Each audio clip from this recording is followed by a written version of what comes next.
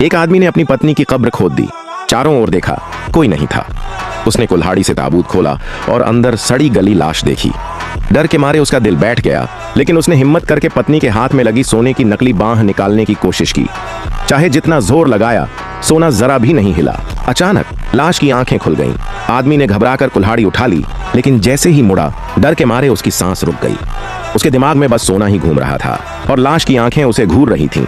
उसने बांह पकड़कर जोर से खींचा। जब सोना उसके हाथ में आया तो वह खुशी से झूम उठा, लेकिन उसी समय लाश की आंखें फिर से खुल गईं। आदमी घबराकर भाग खड़ा हुआ। घर पहुंचने के बाद अजीब घटनाएं होने लगीं। मेज पर रखी पत्नी की फोटो नीचे गिर गई। पहले फोटो में पत्नी सामान्य थी, लेकिन गिरी हुई फोटो में वह कुल्हाड़ी पकड़े थी।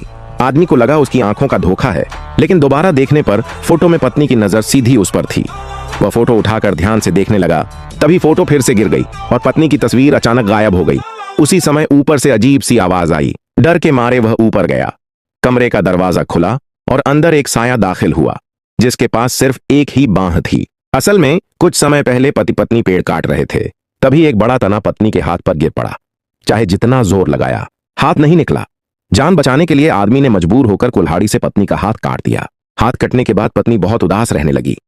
पति यह देख नहीं सका। वह उसे खुश करने के लिए एक नकली बांह बनाना चाहता था। पत्नी ने जिद की कि बांह सोने की बने।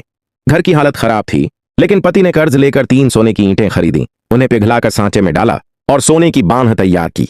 पत्नी बेहद खुश हुई, पहले से भी ज्यादा आत्मविश्वासी हो गई। लेकिन कुछ ही समय में उसे फेफड़ों की गंभीर बीमारी हो गई। डॉक्टर ने कहा कि सोने की बांह हटाए बिना इलाज मुमकिन नहीं है। पत्नी ने मना कर दिया और अपनी आखिरी इच्छा में कहा कि मौत के बाद भी सोने की बांह उसी के साथ दफनाई जाए। पति ने उसकी बात मान ली। पत्नी की मौत के बाद पति बेरोजगार हो गया और कर्ज में डूब गया।